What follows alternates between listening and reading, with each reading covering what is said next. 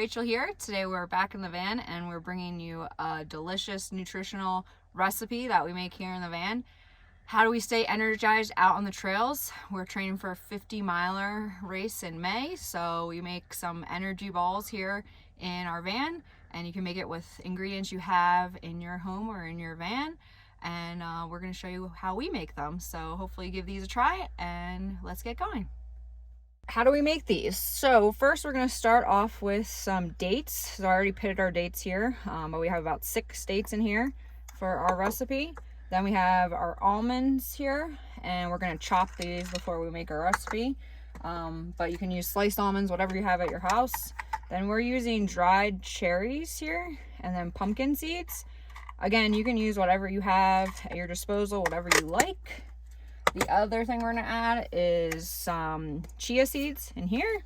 We're going to use some rolled oats for our recipe. And then we have some peanut butter. You could use almond butter. And then some agave. And then we're going to also put a little cacao powder in there. Or maybe you want to put some chocolate chips, whatever you want to put in there to make it a little bit sweeter side. So that's all our recipes. Pretty simple, pretty easy. So let's get making. So what you need to make the energy balls is a food processor. So we have this cute little 4-cup one for our van. I used to have a bigger one, but not so much in the van. So the first thing I'm going to do, since I have whole almonds, I'm just going to chop those up a little bit just so everything doesn't get too stuck. Like I said, we have a smaller food processor. So you want to maybe, if you have a smaller one, chop some stuff up beforehand if you're using whole things. So let's first chop these guys up. All right, so the next thing, the great thing about this recipe, so you still want to chop them so there's still some texture in there. So they're not all fully chopped, but still little tiny pieces. And the great thing about this recipe is everything gets dumped in there together.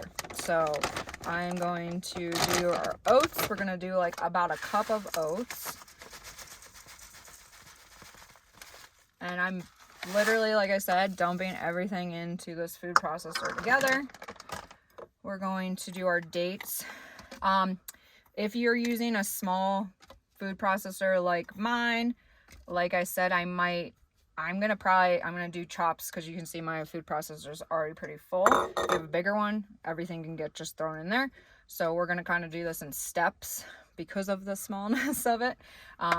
But it's pretty simple. Next thing we're gonna add is some chia seeds. So I'm gonna add about 2 tablespoons to there.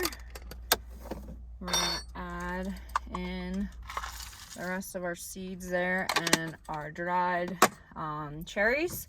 And now this is where we need our more wet ingredients. So we have our dates in there, but we're also gonna add our peanut butter. So about half a cup of peanut butter you're gonna add in here. Like you can see, mine is definitely a little full on the full side, so I might have to mix it. Just joys of living in a van. Everything's mini, so you have to do stuff in stages. I'm gonna add a little bit more peanut butter.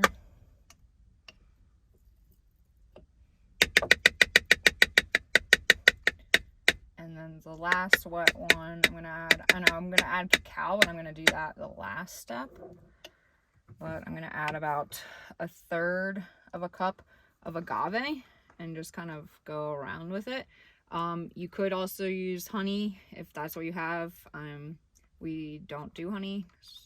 We still do like vegan stuff, so we use agave instead. But honey works just as well too. And now we're gonna blend it again.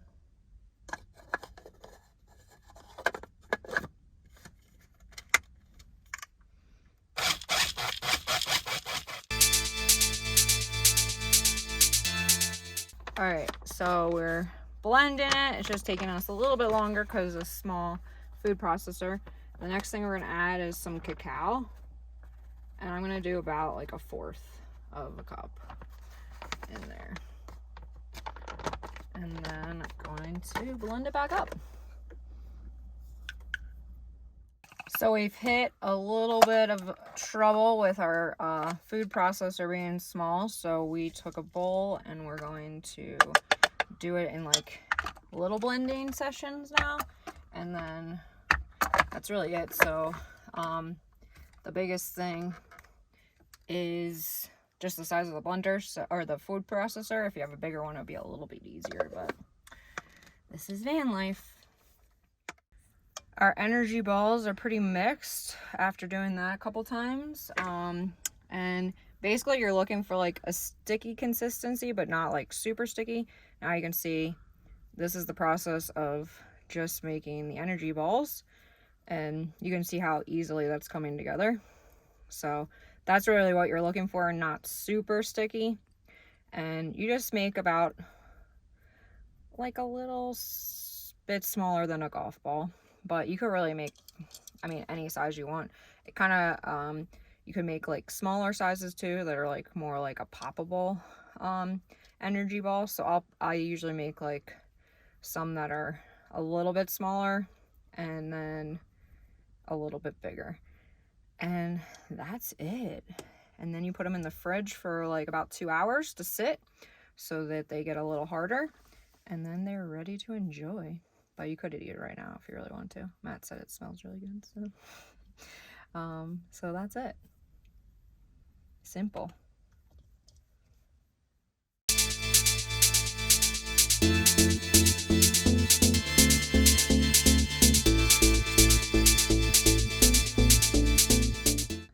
There's our energy ball recipe. So really simple. You can really change it however you want, whatever you have in your kitchen. And these are ready to go in the fridge and sit for a couple hours, and then they will be ready to eat and take on all our crazy adventures. But thanks for following. Don't forget to subscribe to our channel for more on fitness, nutrition, van life, and sustainable living. See you next time. So here's the final product. And Energy ball, how is it? Why would you like one? oh, it's really good. Good for all our long runs and everything. Oh yeah, Delicious. that's good. Would you like one, Maya?